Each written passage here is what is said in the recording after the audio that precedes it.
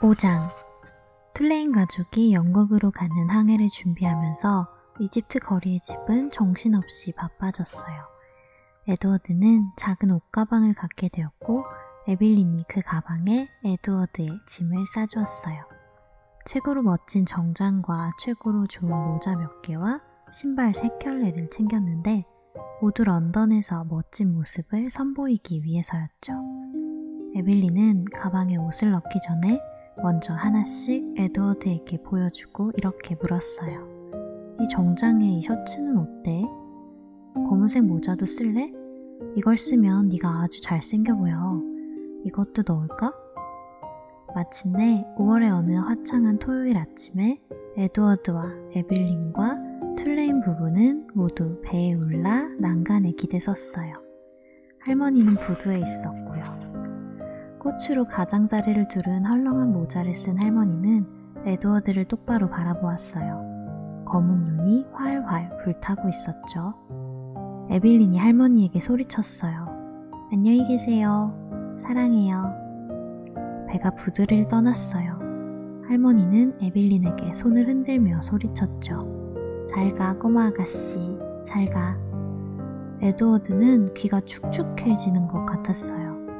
에빌린의 눈물인가 보다 생각했죠. 그리고 에빌린이 자기를 그렇게 꼭 껴안고 있지 않기를 바랐어요.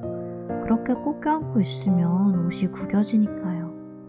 마침내 할머니를 포함해 육지에 있는 모든 사람들이 사라졌어요. 어떤 면에서 에드워드는 할머니를 이제 더 이상 보지 않게 되어 마음이 놓였어요. 예상대로 에드워드 툴레이는 배 안에서 사람들의 엄청난 관심을 한몸에 받았어요.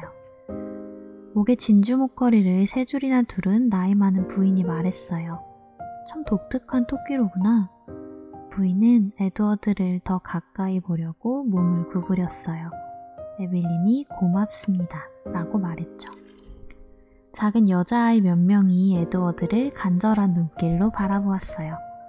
그들은 에빌린에게 에드워드를 안아봐도 되느냐고 물어보았죠. 에빌린이 대답했어요.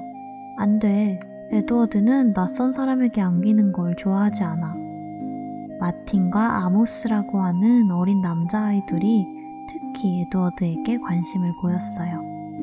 배에서 보내는 둘째 날에 마틴이 에빌린에게 물었어요. 저 토끼는 뭐 하는 거야?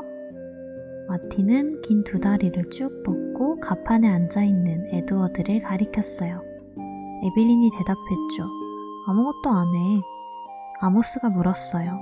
무슨 태엽 같은 걸 감아줘야 하는 거야? 아니, 감아주는 게 아니야. 마틴이 물었어요. 그럼 특별할 게 뭐가 있어? 에드워드라는 게 특별하지. 아모스가 말했어요. 그건 별로 특별하지 않은데? 그래. 마틴이 동의했어요. 그런 다음 한참 생각에 잠겨 있더니 말했어요. 나 같으면 옷을 저렇게 안 입어. 나도. 아모스도 말했어요. 마틴이 물었어요. 옷은 맞춰준 거야? 에빌린이 대답했어요. 물론이지. 에드워드는 옷이 아주 많아. 잠옷도 있는걸. 모두 비단으로 만들어졌어. 평상시처럼 에드워드는 그런 대화에 별로 신경 쓰지 않고 있었어요. 바다에서 산들바람이 불어와 목에 두른 비단 스카프를 뒤로 부풀려 놓았어요. 머리에 밀짚 모자도 쓰고 있었고요. 그래서 에드워드는 자기가 아주 멋져 보일 거라고 생각했죠. 그때 누군가 자기를 움켜쥐어 에드워드는 순간 깜짝 놀랐어요. 처음에는 스카프가, 그 다음에는 재킷과 바지가 몸에서 뜯겨나갔어요. 그리고 자신의 회중시계가 갑판에 떨어져 에빌린의 발치로 경쾌하게 굴러가는 걸 지켜보았죠. 마틴이 말했어요. 이것 좀 봐, 속옷도 입고 있어. 마틴이 아모스가 볼 수 있도록 에드워드를 높이 들어 올렸어요. 아모스가 소리쳤어요. 그것도 벗겨봐. 안 돼. 에빌린이 소리쳤죠. 마틴이 에드워드의 속옷을 벗겼어요. 에드워드는 이제야 신경이 쓰였죠. 기분이 몹시 상했어요. 머리에 쓴 모자 말고는 완전히 알몸이 되었거든요. 어리둥절해하며 무슨 일인가 구경하고 있던 다른 승객들도 그 모습을 보았어요.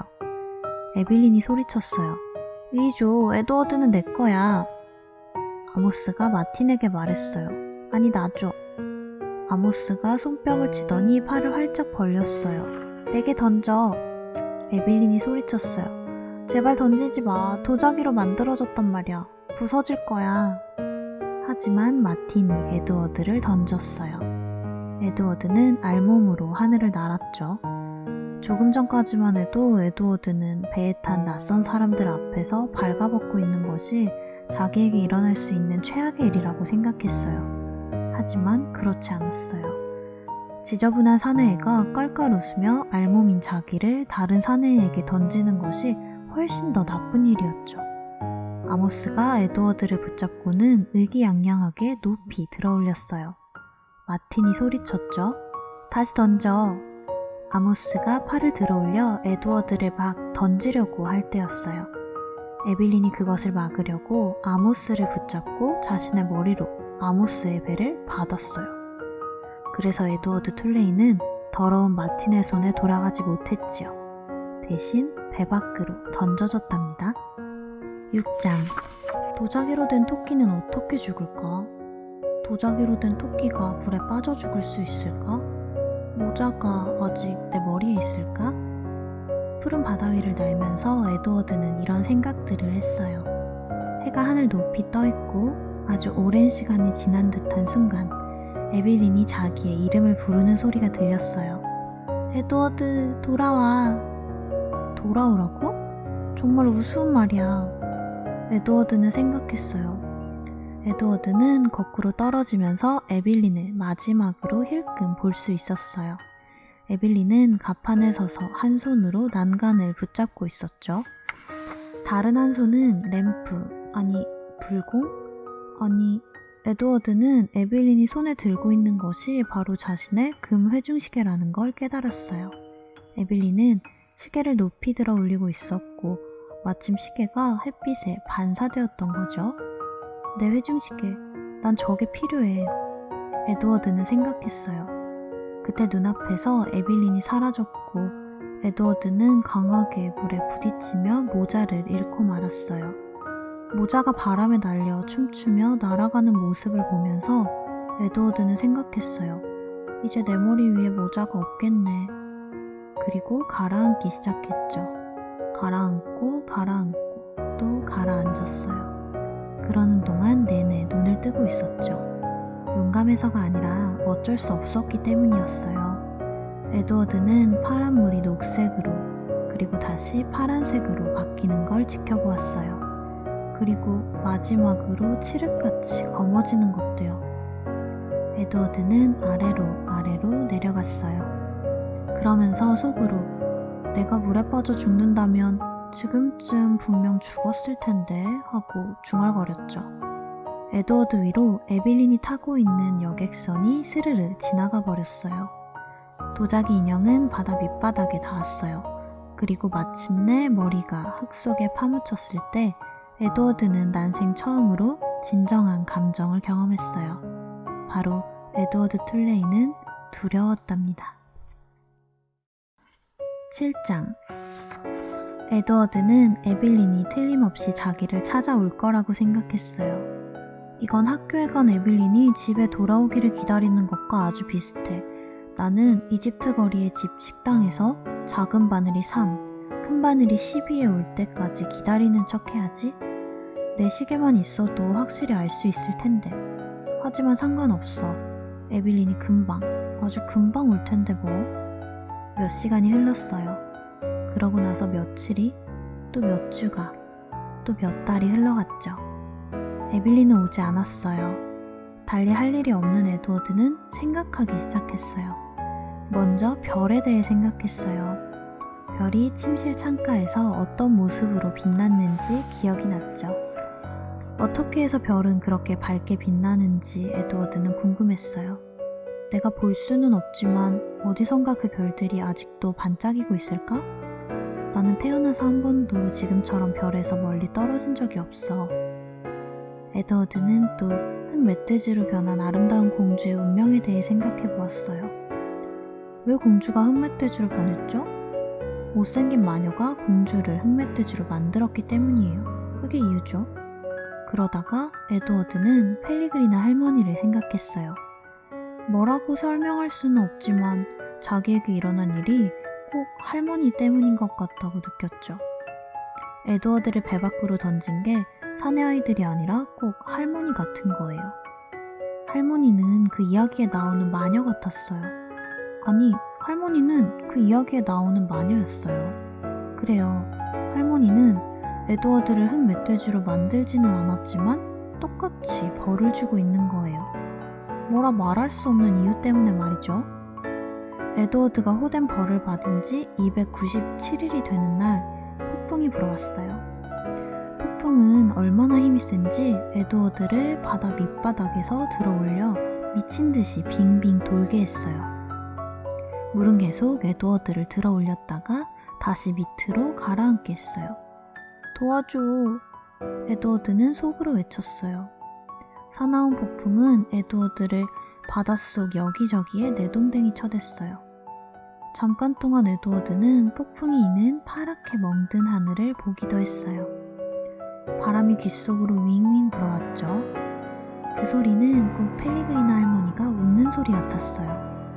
하지만 물 위에 떠있게 된 것을 기뻐할 시간도 없이 다시 깊이 가라앉곤 했어요. 에드워드는 폭풍이 스스로 지칠 때까지 위아래로, 앞뒤로 끌려다녔어요. 잠시 후 자기가 다시 바다 밑바닥으로 천천히 가라앉고 있다는 걸 알았죠. 나 좀 도와줘. 나 거기 돌아가기 싫어. 도와줘. 하지만 에드워드는 계속 가라앉았어요. 아래로, 아래로, 아래로. 그때 갑자기 어부의 그물이 넓게 펼쳐지더니 에드워드를 꼭 붙잡는 거예요. 그물은 에드워드를 높이 높이 끌어올렸어요. 마침내 에드워드는 참을 수 없을 만큼 강렬한 세상 빗속으로 다시 나와 어느 배의 갑판에 물고기와 함께 누워 있었답니다. 어떤 사람이 말했어요. 이게 뭐지? 다른 목소리가 대답했어요. 물고기는 아닌데? 그건 확실해요. 빛이 너무 밝아서 에드워드는 앞을 제대로 보기가 힘들었어요. 하지만 마침내 뿌연 사람들의 형체가 드러났죠. 에드워드는 두 사람의 얼굴을 올려다보았어요. 한 사람은 젊고 다른 한 사람은 나이가 들었어요. 반백인 늙은 남자가 말했어요. 장난감 같아 보이는데? 그러면서 몸을 구부려 에드워드를 집어들더니 앞발을 잡고 이리저리 뜯어보는 거예요. 토끼 같아. 수염도 있네. 귀가 토끼귀야. 아니, 적어도 토끼귀 같은 모양이야. 그래요. 틀림없이 장난감 토끼네요. 젊은 사람은 그렇게 대꾸하고는 고개를 돌렸어요. 집에 가져가서 넬리에게 줘야지. 넬리가 잘 고쳐줄 거야. 다른 어린애에게 줄 수도 있고. 노인은 에드워드를 조심스럽게 상자 위에 앉혀서 바다를 볼 수 있도록 해주었어요. 에드워드는 이런 따뜻한 몸짓에 고마움을 느꼈지만 사실은 바다라면 진절머리가 나서 다시는 보고 싶지 않았죠. 다 왔다. 바닷가에 도착하자 에드워드는 얼굴에 햇빛이 비추고 깃털 속으로 바람이 부는 것이 느껴졌어요. 가슴이 벅차올라 기분이 좋았죠. 에드워드는 살아있어서 기뻤던 거예요. 노인이 말했어요. 저 토끼 좀 봐. 저건 꼭 배 타는 걸 즐기는 것 같아. 안 그래? 네. 젊은이가 대꾸했죠. 사실 에드워드 툴레이는 살아있는 것들 속으로 돌아와서 너무 기쁜 나머지 저것이라고 불려도 전혀 화나지 않았답니다.